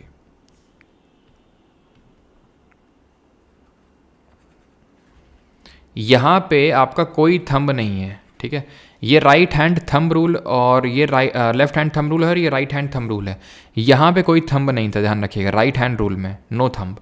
left hand thumb rule की अगर बात करेंगे, ये इंपॉर्टेंट है क्योंकि अगर थंब लिख देगा तो गलत हो जाएगा वो फिर, ठीक है। लेफ्ट की अगर हम बात करेंगे तो ये फोर्स निकालता है। अगर हम किसी हम लोगों ने पढ़ा था कि अगर हम किसी करंट कैरिंग कंडक्टर को किसी मैग्नेटिक फील्ड में लाते हैं तो वो फोर्स एक्सपीरियंस करता है। इस पर कौन सा डिवाइस हमारा बेस्ड है, राइट हैंड जो है इस पर करंट किस में, अगर हम किसी कंडक्टर को लाते हैं किसी एक चेंजिंग मैग्नेटिक फील्ड में तो उसमें करंट दौड़ता है, ठीक है। तो ये हमने पढ़ा था। तो फ्लेमिंग के लेफ्ट हैंड पे कौन सी डिवाइस बेस्ड है और राइट हैंड थंब रूल पे कौन सी डिवाइस बेस्ड है, ये आपको कमेंट में बताना है। अगला सवाल है हमारा, who was the first Indian to win the Nobel prize for literature in 1913? 1913 में साहित्य पुरस्कार के लिए किसने नोबेल जीता था? बिल्कुल right hand thumb rule, yes. MTS के लिए एक्सपेक्टेड क्वेश्चन करवा दीजिए प्लीज़। एक्सपेक्टेड और एक्सपेक्टेड सब हो चुका है, अब कुछ एक्सपेक्टेड नहीं होगा, ठीक है। जितना होना था हमने पहले ही कर लिया। हाँ जी, लेफ़्ट मोटर बिल्कुल, और राइट हैंड वाला आपका जनरेटर और किस पे, जनरेटर और आपका डायनमो सेम काम करते हैं कि नहीं करते हैं? जनरेटर डायनमो क्या करते हैं, मैकेनिकल को इलेक्ट्रिकल में कन्वर्ट करते हैं, और मोटर क्या करता है, इलेक्ट्रिकल को मैकेनिकल में कन्वर्ट करता है। 1913 में पहला नोबेल प्राप्त करने वाले हमारे रविंद्रनाथ टैगोर जी थे, ऑप्शन नंबर ए। इन्होंने गीतांजलि नोवेल के लिए इनको ये मिला था, ठीक है। और ये चीज़ पता होनी चाहिए कि इनके एक सॉन्ग है जिसको हम क्या बोलते हैं, फेयरवेल माई फ्रेंड, ठीक है। फेयरवेल माई फ्रेंड के नाम से जाना जाता है, लेकिन कन्फ्यूज़ इस बात को लेके नहीं होंगे कि फेयरवेल माई फ्रेंड, मैं लिख नहीं रहा हूँ, ठीक है, नोट्स जो बना रहे हैं वो लिख लेंगे कि फेयरवेल माई फ्रेंड नाम की जो एल्बम है वो पंडित रविशंकर जी ने लिखी हुई है, जो हमारे दूसरे इंडियन म्यूजिशियन थे जिनको भारत रत्न मिला 1999 में, सितार वादक थे इनकी। ये पहले इंडियन थे जिनको ग्रैमी मिला, Pandit Ravishankar. West Meets East album के लिए इनको मिला, ये चीज़ आपको ध्यान रखनी है, ठीक है। और रविन्द्रनाथ टैगोर जी की अगर बात करें तो आपको पता है इन्होंने इंडिया का नेशनल एंथम, बांग्लादेश का नेशनल एंथम जो कि अमार सोनार बांग्ला है और गोल्डन बंगाल, वो लिखा। प्लस इन्होंने रविन्द्रनाथ टैगोर जी की अगर बात करेंगे तो अभी इन्होंने एक आपकी इनकी एक क्या बोलते हैं, शांति निकेतन है, ठीक है, शांति निकेतन है वेस्ट बंगाल में, जिसको कि इन्होंने इस्टेब्लिश किया था 1901 के टाइम पे। तो इसको अभी इंडिया की कौन से नंबर की यूनेस्को की वर्ल्ड हेरिटेज साइट बनी है, ये आपको बताना है। और यहीं पे 1921 में विश्व भारती यूनिवर्सिटी को इस्टेब्लिश किया गया था। 1921 में किस यूनिवर्सिटी को, विश्व भारती यूनिवर्सिटी को, ठीक है। अमर्त्य सेन की अगर पहले तो ठीक है, महात्मा गांधी को तो मिला नहीं। अमर्त्य सेन की अगर बात करेंगे तो 1998 में इनको इकोनॉमिक्स के लिए नोबेल मिला। सीवी रमन को फिजिक्स के लिए नोबेल मिला, कब, फिजिक्स के लिए इनको मिला था इन द ईयर 1930 में, and he was the first Indian among 3 Indians C Rajagopalachari, Sarvepalli Radhakrishnan और सी वी रामन जी को पहले 3 इंडियन थे जिनको कि भारत रत्न मिला, ठीक है। तो उनमें से सी वी रमन जी भी थे जिनको पहला भारत रत्न से नवाजा गया। कब नवाजा गया जरा बताएंगे। पहली इंडियन विमेन कौन थी जिनको कि नोबेल प्राइज़ मिला? She was mother Teresa. पहली इंडियन विमेन की बात हो रही है। पहली विमेन तो मैडम क्यूरी थी जिनको 1903 में 1903 में नोबेल मिला था। इनको मिला था 1979 में 1979 में इनको मिला था, ठीक है। फिर अगर हम बात करेंगे कौन से नंबर की आपकी वर्ल्ड हेरिटेज साइट है, ये 41st है, ठीक है। 42nd जो हमारी बनी है, 42nd बनी है कौन सी? 42nd बनी है होयसाल के टेम्पल, होयसाल के जो मंदिर हैं वो। और 43rd अभी रिसेंटली बने हैं कौन? जो असम के मोइडम्स हैं। ये भी क्वेश्चन करंट अफेयर में पूछ सकता है। असम के जो मोइडम है, असम की में एक अहोम डायनेस्टी हुआ करती थी, उसका जो बरियल मतलब जहाँ पे वो अपने लोगों को दफनाया करते थे वो बरियल ग्राउंड बोलते थे, तो वहाँ पे वो मोइडम है वो, ठीक है। चलो 1979 बिल्कुल सही है सभी का। आगे बढ़ते हैं। इन computer field what does LIFO stands for. तो आप देख सकते हैं कि यहाँ से फुल फॉर्म से क्वेश्चन पूछे जा रहे हैं कंप्यूटर से। नहीं होगा तो मैं कमेंट सेट से बोल के एक अलग से क्लास यहाँ पे लगवा दूंगा कंप्यूटर के फुल फॉर्म्स की स्पेशली। तो ये होगा कि last in first out, last in first out ये होगा। ये एक तरह का डेटा प्रोसेसिंग मेथड होता है, ठीक है। ये एक तरह का डेटा प्रोसेसिंग मेथड होता है, ठीक है। 24th land which is left without cultivation for 1 और less than 1 agricultural year is known as. वह भूमि जो 1 या 1 से कम कृषि वर्ष के लिए खेती से बिना छोड़ी जाती है उसको क्या कहलाया जाता है? अच्छा, यहीं पे एक मैं सवाल आपसे पूछना चाहूँगा। अकबर के जो फाइनेंस मिनिस्टर थे उनका नाम टोडरमल था, और ये टोडरमल ही लाए थे एक सिस्टम जिसको हम बोलते हैं दह साला या फिर जब्ती सिस्टम इसको बोलते हैं। 10 साल के बेसिस पे आपकी लैंड को सर्वे किया जाएगा और आपकी लैंड को 4 पार्ट में डिवाइड किया जाएगा। वो 4 पार्ट कोई बता सकता है जल्दी से? तो इसका जो सही उत्तर होगा कि 1 साल या उससे कम के लिए फैलो का मतलब है कि बिना खेती के छोड़ा जाता है, खाली पड़ी है ऐसी, तो उसको करंट फैलो बोलते हैं। कल्चरेबल वेस्टलैंड वो लैंड होती है जिसको कि 5 साल या उससे ज़्यादा से वो फैलो यानी कि खाली पड़ी हुई, उसमें कोई एग्रीकल्चर वगैरह कुछ नहीं किया जा रहा है, उसको कल्चरेबल वेस्टलैंड बोलते हैं। ये जो टोडरमल ने किया था इसको पहला था पोलाज वो लैंड थी जो कभी भी फैलो नहीं छोड़ी जाती थी, मतलब कि हमेशा कल्टीवेशन में ली जा सकती, इतनी ये उपजाऊ भूमि है। दूसरी थी परौती, ठीक है, परौती थी जिसको कि 1 से 2 साल के लिए फैलो छोड़ा जाता था, 1 से 2 ईयर्स के लिए इसको फैलो यानी कि खाली छोड़ा जाता था। फिर अगर हम बात करें तीसरा ही है परौती के बाद चाचर को 3 से 4 साल के लिए फैलो छोड़ा जाता था। और चौथी हमारी बंजर, ठीक है, बंजर इसको छोड़ा जाता था कितने साल के लिए? इसको 5 साल से ज़्यादा, 5 ईयर प्लस, जिसको या फिर इसको मतलब ऐसे समझ लो बिल्कुल बंजर नहीं, पूरी खाली है, फैलो ही है, जाने कब से फैलो हुई है ऐसे समझ लो, ठीक है। इसको कल्टीवेट ही, इसमें कल्टीवेशन किया ही नहीं जाता है, ठीक है। ये था हमारा। Which temple in Thanjavur has Chola architecture and was built by emperor Rajaraja. तो चोला आर्किटेक्चर यहाँ पे पूछा जा रहा है जिसको कि किंग राजाराज ने बनवाया था तंजावुर में। सर टोटल कितनी क्लासेस होंगी सीरीज़ में एलियन जी? कितनी क्लासेस होंगी तो यार मुझे भी नहीं पता है कितनी क्लासेस होंगी। जब मुझे लगे कि हाँ यार ज़्यादातर चीज़ें हो गई, रिवीजन हो गया है, तो फिर देखेंगे कुछ और प्लान करेंगे फिर अगर ऐसा होता तो, ठीक है।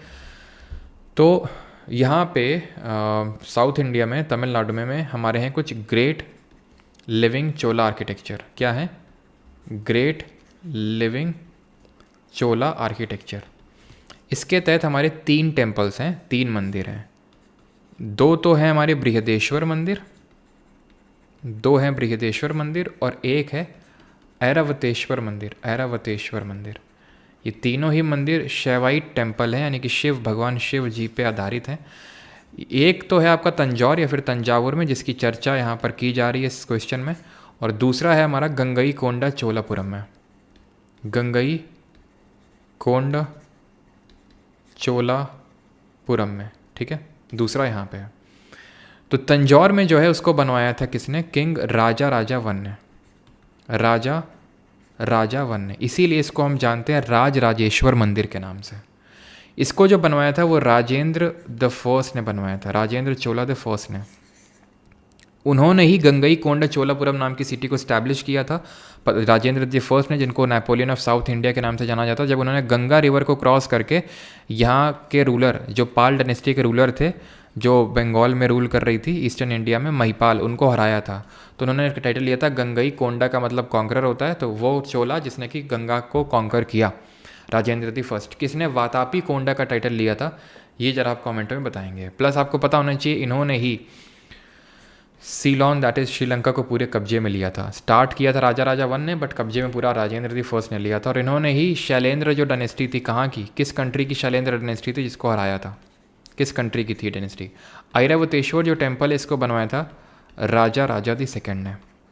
ये टेम्पल थी, आपके ध्यान रखेंगे, इंडोनेशिया में रूल कर रही थी ये, ठीक है, इसको हराया था। प्लस चोला आपको बताना है कि एक इंस्क्रिप्शन का नाम मैंने आपको पढ़ा रखा है इसमें, इस सीरीज़ में तो नहीं बताया अभी आई थिंक, लेकिन वैसे जो लोग पहले पढ़े होंगे उन्हें पता होगा। और इसमें लैंड डोनेशंस इन लोगों ने कौन कौन से किए थे, लैंड डोनेशन, प्लस इनका सिंबल क्या था या फिर एम्बलम इनका क्या था वो आपको बताना है। कैपिटल तो देख ही चुके हैं, कैपिटल पहले तंजौर थी और देन उसके बाद आपकी गंगईकोंडा चोलापुरम हुई थी। फाउंडर कौन था, तो फाउंडर थे विजयलया। कहीं कहीं पे कराई काल देखने को मिलेंगे, उसका कारण ये है कि दो चोला हम बोलते हैं, एक अर्ली चोला और एक लेटर चोला। अर्ली चोला के बारे में उतने कोई फैक्ट हमें पता नहीं है, जिसके फाउंडर कराई काल थे। मेन हम कंसिडर करते हैं 9th century AD. 9th century AD का मतलब है कि 800 एडी के बाद की बात कर रहे हैं हम लोग, यानी कि 850 एडी के टाइम पे इस्टेब्लिश हुई थी। विजयलया ने यहाँ पे जो कावेरी डेल्टा है यहाँ पे मुत्तरैयार को हरा के, किसको हरा के, मुत्तरैयार। मुत्तरैयार कौन थे, पल्लव डायनेस्टी के सामंत फ्यूडेटरी थे। ये खुद चोला भी उन्हीं का ही सामंत आपको मानते थे, पल्लव का। तो मुत्तरैयार को यहाँ पे हराया था कावेरी डेल्टा पे। और यहाँ पे किस गॉडेस के लिए टेम्पल बनवाया था, तो गॉडेस निशुम्भा सुदिनी के लिए, निशुम्भा सुदिनी गॉडेस के लिए इन्होंने टेम्पल बनवाया था, मंदिर बनवाया था विजयलया ने मुत्तरैयार वालों को हरा के। लैंड डोनेशंस की अगर बात कर लें तो लैंड डोनेशन होते हैं इनके, एक स्कूल को लैंड डोनेशन करते हैं, एक टेम्पल को लैंड डोनेशन करते हैं, एक जैन्स को लैंड डोनेशन करते हैं और एक ब्राह्मण्स को ये लैंड डोनेशन करते हैं। तो जो स्कूल को करते हैं उसको ऐसे स्कूल और ऐसे शाल भोग बोलते हैं उसको, शाल भोग। टेम्पल को जो डोनेट करते हैं उसको देवदान बोलते हैं। जैन को जो डोनेट करते हैं उसको पल्ली छंदम बोलते हैं उसको। और जो ब्राह्मण्स को डोनेट करते हैं उसको हम क्या बोलते हैं, उसको बोलते हैं ब्रह्मदेय, ब्रह्म BRAHMADEY। ये नोट से प्रॉपर मिलेगा आपको। और ये इंस्क्रिप्शन कौन सा है, ये है आपका उत्तरा मेरूर इंस्क्रिप्शन, उत्तरा मेरूर। और चोला के टाइम पे 2 टैक्स लगते थे, वो टैक्स का नाम बताइए ज़रा। एक तो आपका मतलब 2 टैक्स होते थे, एक तो फोर्स लेबर के फॉर्म में और एक लैंड रेवेन्यू के फॉर्म में लगता था। तो दोनों के नाम आप बताएंगे कमेंट में। तो बृहदेश्वर मंदिर हो जाएगा, जिसको तंजौर में राजा राजा वन ने बनाया था, जिसको राजराजेश्वर टेम्पल के नाम से जानते हैं। और टेम्पल आर्किटेक्चर के बारे में आपको पहले ही पढ़ा चुका हूँ कि साउथ इंडिया के टेम्पल्स किस आर्किटेक्चर में बने हुए हैं, जल्दी से बताएंगे। तो 2 फॉर्म ऑफ टैक्स लगाते थे, एक तो वेटी और कदमई। तो जो वेटी होता था that was in the form of force labour, बंधुआ मजदूरी के फॉर्म में, फोर्स लेबर के फॉर्म में होता था। और जो कदमई होता था ये आपका लैंड रेवेन्यू के फॉर्म में लिया जाता था। वो represent the Congress in the second round table conference held in London. तो लंदन में आयोजित दूसरा जो गोलमेज सम्मेलन था उसमें किसने कांग्रेस का प्रतिनिधित्व किया था। तो बहुत आसान है ये, महात्मा गांधी जी ने किया था, मल्टीपल टाइम्स हम पढ़ चुके हैं। सेकेंड राउंड टेबल कॉन्फ्रेंस 1931 में हुई थी। और कब हुई थी, कराची सेशन जब हुआ था कांग्रेस में, कराची सेशन जब हुआ था कांग्रेस का, वल्लभ भाई पटेल इसको प्रेसाइड किए थे, जहाँ पूर्ण स्वराज का गोल डिक्लेयर नहीं किया गया था, पूर्ण स्वराज का मतलब बताया गया था कि इसका मतलब क्या है। गोल तो डिक्लेयर किया गया था लाहौर के सेशन में, ठीक है। और यहाँ पे फंडामेंटल राइट और नेशनल इकोनॉमिक पॉलिसी के रेजोल्यूशंस को लेकर रेजोल्यूशन अडॉप्ट किया गया था। और कराची रेजोल्यूशन से ही हमारा DPSP निकल के आता है।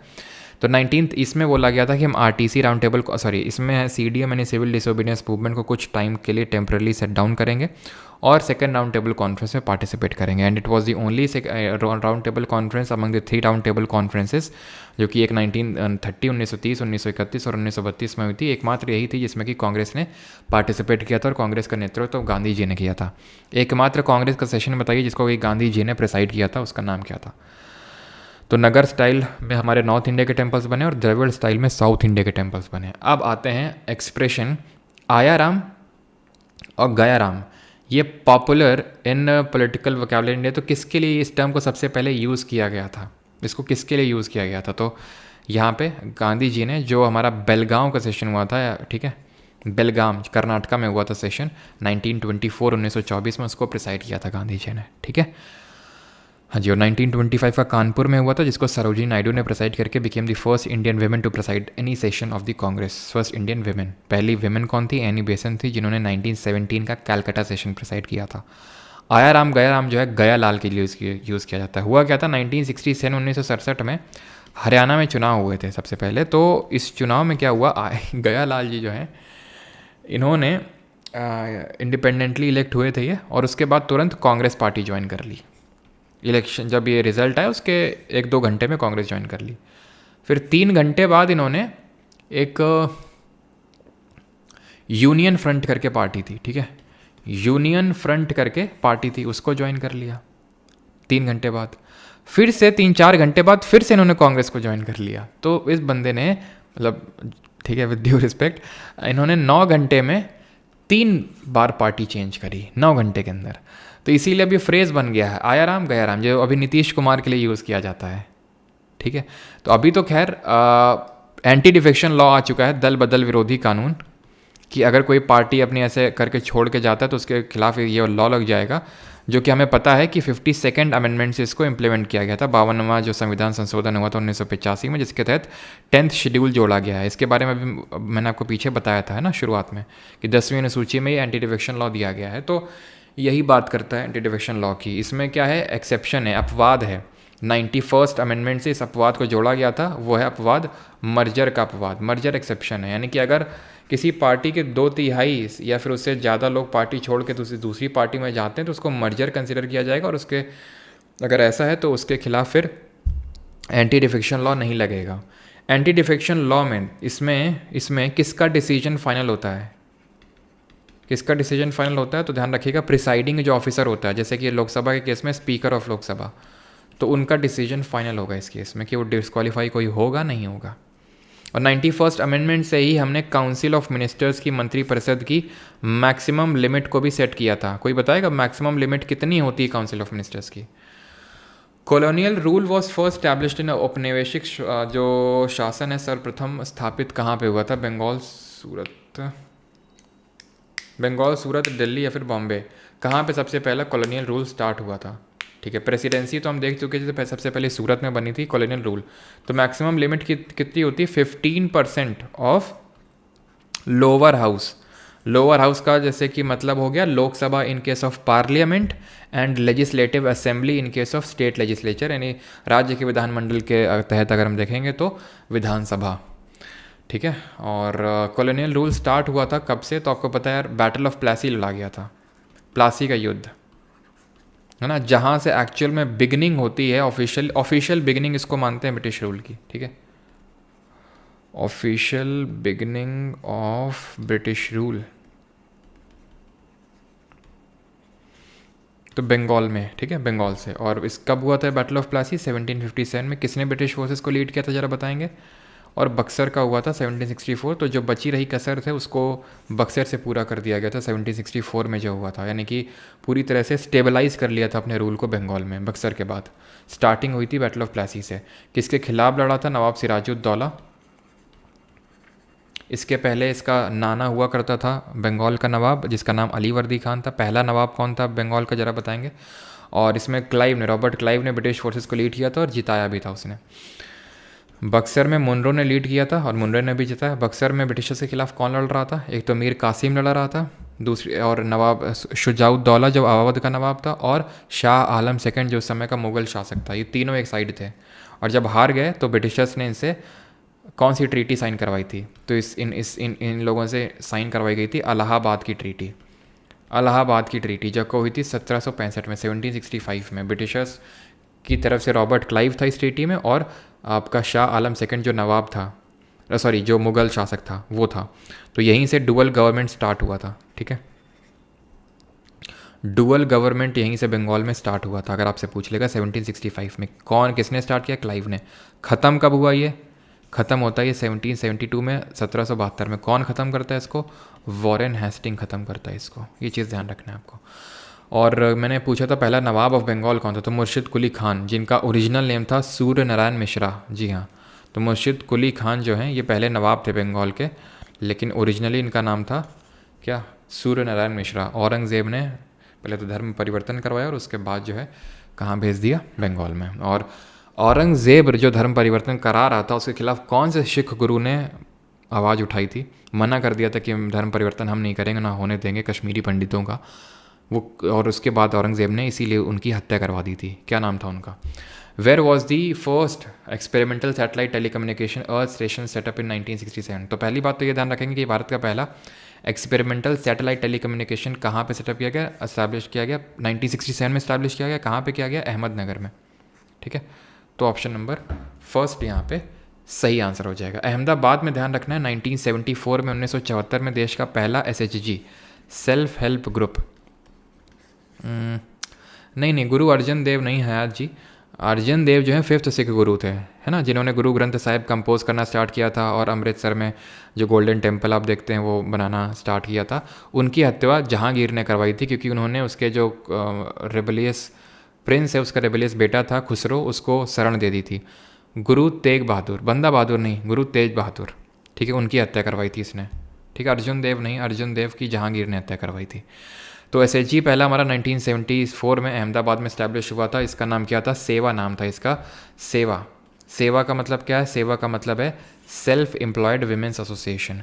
SHG में 10 से लेकर 20 मेंबर्स होते हैं सेल्फ हेल्प ग्रुप में, ये चीज़ पता होनी चाहिए बस। और जॉइंट लाइबिलिटी जो ग्रुप होता है इसी तरह का होता है, JLG इसको बोलते हैं, जॉइंट लाइबिलिटी ग्रुप। इसमें 4 से लेकर 10 सदस्य होते हैं, ये चीज़ ध्यान रखना है आपको। बाकी तो जब माइक्रो फाइनेंस इंस्टीट्यूशन का कोई क्वेश्चन लेंगे तो वहाँ पे भी SHG को डिस्कस करेंगे अपन लोग। ठीक है, आज के लिए इतना ही। और औरंगाबाद में जो है औरंगज़ेब जहाँ डेथ हुई थी औरंगज़ेब की, उसी के नाम पे औरंगाबाद का नाम पड़ा, जो कि आज क्या नाम है इसका? आज है संभाजी नगर। क्यों? क्योंकि इसने, औरंगज़ेब ने संभाजी की, जो शिवाजी के बेटे थे, इनकी हत्या करवाई थी और बड़ी निर्मम तरीके से हत्या करवाई थी। नाखून निकला दिए थे और आँख में वो सब डलवा दिया था, बड़ी निर्मम हत्या, मराठाओं को डराने के लिए। लेकिन ये मूर्ख निकला औरंगज़ेब, सबसे बड़ा मूर्ख तो यही था औरंगज़ेब, जिसकी वजह से मुग़ल जो पूरा शासन है उसका पतन हुआ।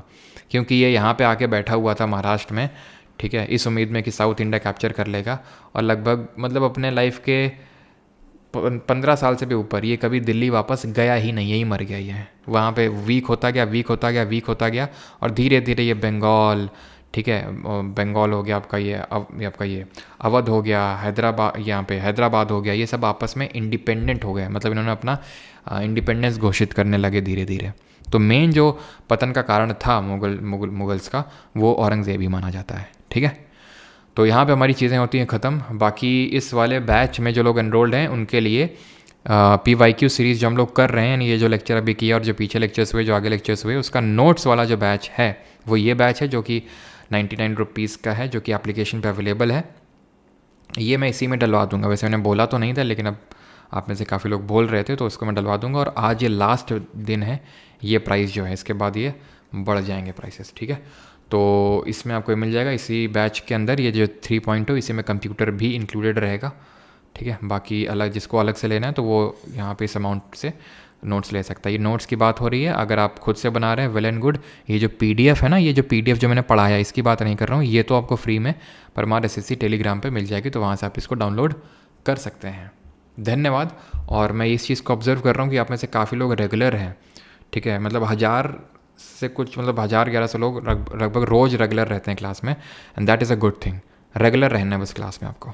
ठीक है, क्लियर। बुक का प्राइस क्या रहेगा शर्मा जी? अभी प्राइस मैंने बताया था 1000 से कम और 500 से ज़्यादा, ये प्राइस रहेगा एग्जैक्टली। तो अभी मुझे खुद नहीं पता है, थोड़ा प्रिंट हो जाएगा तब पता चलेगा। कल हरियाणा में वोटिंग है, किसको वोट दूं आप बता दो। हम बता देंगे तो विवाद हो जाएगा। है ना, मैं कुछ बोलूँगा तो विवाद हो जाएगा, तो मैं नहीं बोलूँगा, आप जिसको सही लगे उसको दो, है ना। लेकिन हाँ, ये भावनाओं में बह के मत वोट देना, लॉन्ग टर्म थिंकिंग से वोट देना, कि ऐसा नहीं कि इसने ये कर दिया उसने वो कर दिया। लॉन्ग टर्म आप आइडियोलॉजी पे वोट दो, कि किसकी क्या आइडियोलॉजी है। आइडियोलॉजी से ही आप जो क्या बोल सकते हैं, betterment of society, the overall good, ठीक है, उसको देखना चाहिए। हम अपना सेल्फ गुड देखते हैं, लेकिन ओवरऑल हमें बेटरमेंट देखना चाहिए, उसी में ही हमारा भी भला है, पता है आपको। खैर, ये ज़्यादा ज्ञान हो गया सर मेरे इस बार। अच्छा, कोई बात नहीं श्रीकांत सर, आप दिख क्यों नहीं रहे? पता नहीं यार, कैमरा नहीं लगा ना, इसलिए नहीं दिख रहा है। चलो ठीक है फिर। हाँ, please continue current affairs. Okay, railway के लिए करंट अफेयर्स करवाइए। सर कब तक आएगा सर बुक? 1 हफ्ते में आ जाएगा, ठीक है। पेपर क्वालिटी अच्छे देना प्लीज़, बिल्कुल कायदे का मिलेगा एकदम। जो बुक फॉर्म में मिलेगा आपको, वो बुक फॉर्म में ही होगी वो, ठीक है, एकदम बुक फॉर्म में। और वो रेलवे के लिए भी इक्वली हेल्पफुल होगी। ऑलराइट, थैंक यू सभी को, धन्यवाद।